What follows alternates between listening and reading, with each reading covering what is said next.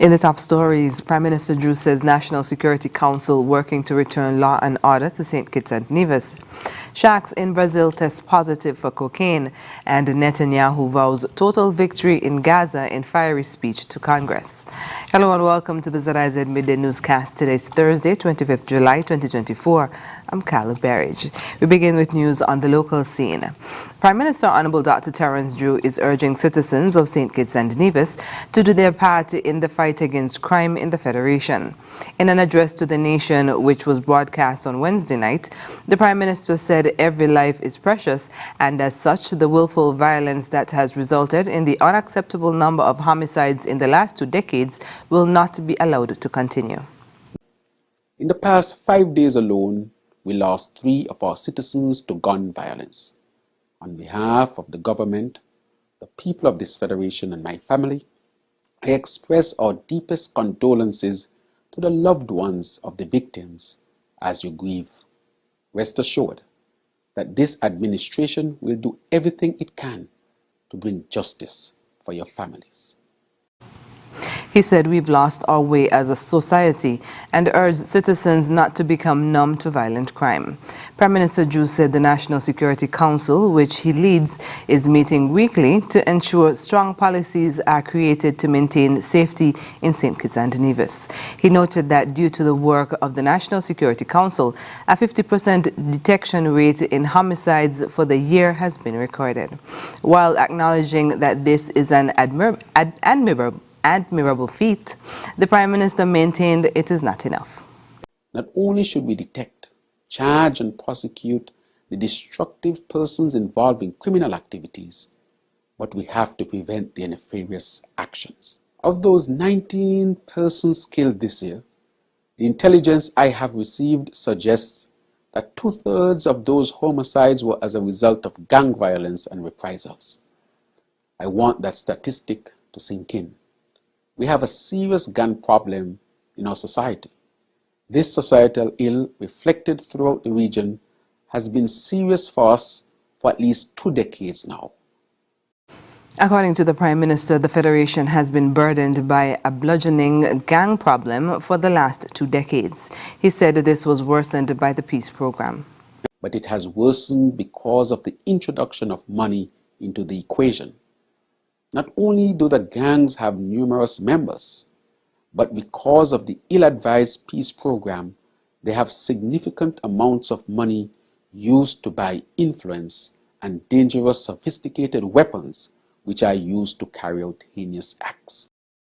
Prime Minister Drew said that this influenced the focus of yesterday's meeting of the National Security Council. The aim, he explained, is to prevent the inception of crime while also preventing the expansion of criminal activity. The Prime Minister also noted that the Council has agreed on drastic changes to criminal suppression activities. This includes constant vehicular checks and searches of the homes of those known to be involved in criminal activity.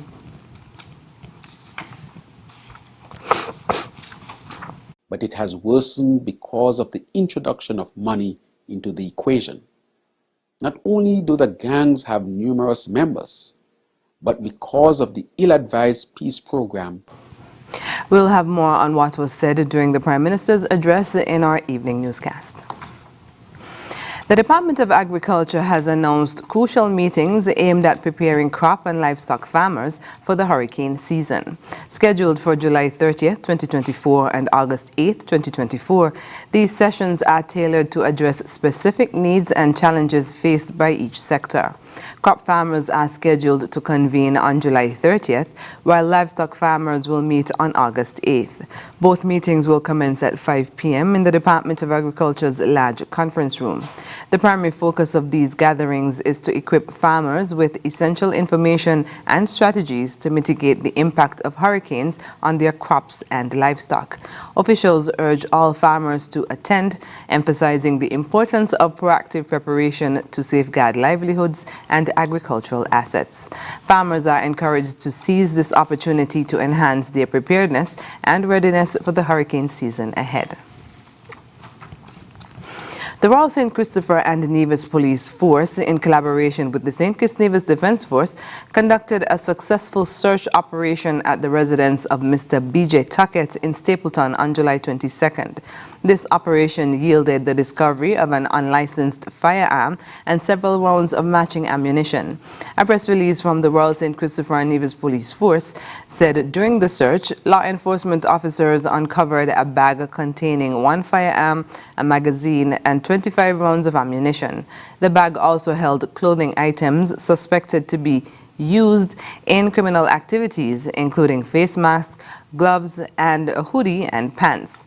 Mr. Tuckett was formally arrested and charged on July 24th with possession of an unlicensed firearm and possession of ammunition. Commissioner of Police James Sutton emphasized the police force's steadfast commitment to maintaining public safety and security. The police force assured the public of its ongoing thorough investigation into the matter.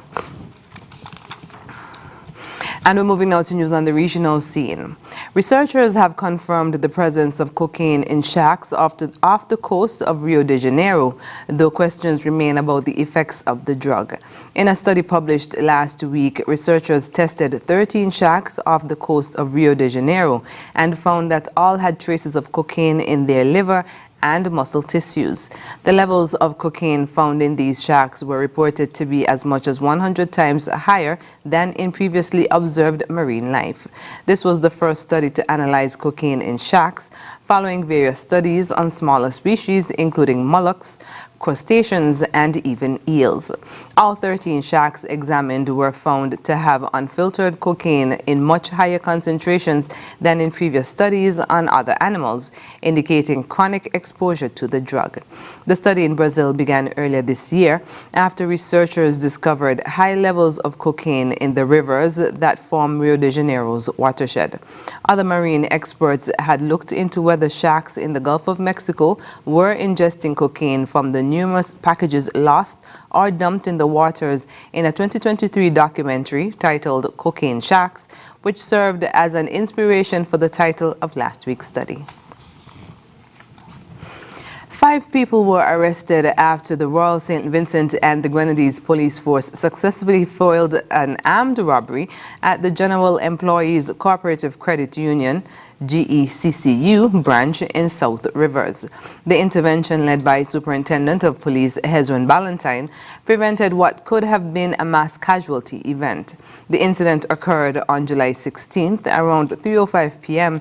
when police officers on duty at GECCU observed suspicious behavior by 3 masked men entering the building.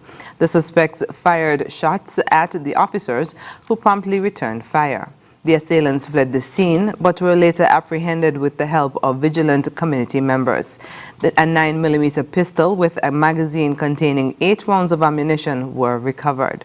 Following the incident, police arrested and charged 5 individuals. The suspects face multiple charges, including possession of an unlicensed firearm, possession of unlicensed ammunition, using a firearm in the commission of a robbery, attempting murder, armed robbery, and property damage.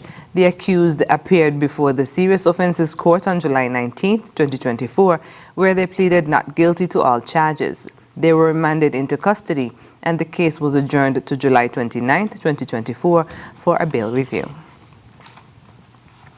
And we're moving now to news on the international scene.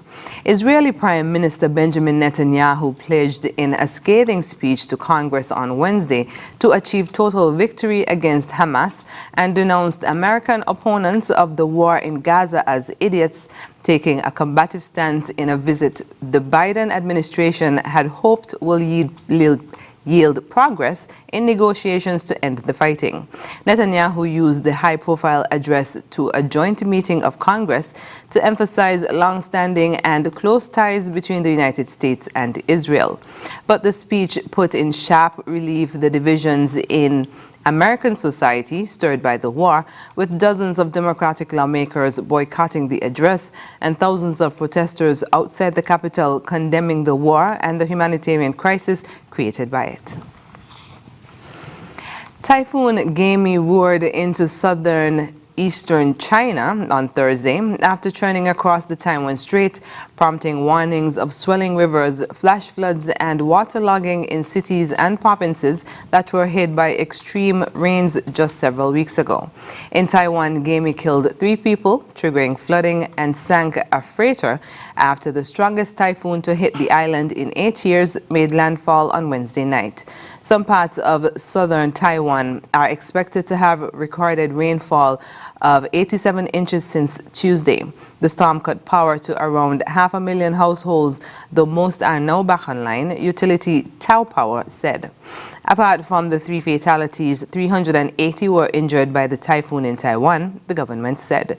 Taiwan's fire department said a Tanzania flagged freighter with 9 Myanmar nationals on board had sunk off the coast of southern port city of Kaizhong. 3 of them have since been found alive on the shoreline, Taiwan's Coast Guard said. And now for the weather. Present weather is cloudy with slight haze. Winds are a moderate breeze of 16 miles per hour from the east-northeast. The temperature is 32 degrees Celsius and 89 degrees Fahrenheit. Seas are 1.5 to 2.1 meters or 4 to 7 feet. A small craft advisory is in effect. The weather forecast in St. Kitts and Nevis for today predicts partly cloudy skies with a 50% or moderate chance of showers. Tonight will be partly cloudy with a 20% or slight chance of showers. Sunset today will be at 6:46 p.m. Sunrise tomorrow will be at 5:49 a.m. And that brings us to the end of the ZIZ Midday Newscast. Join us this evening for these stories and more in detail. Thank you for joining us. I'm Carla Farage.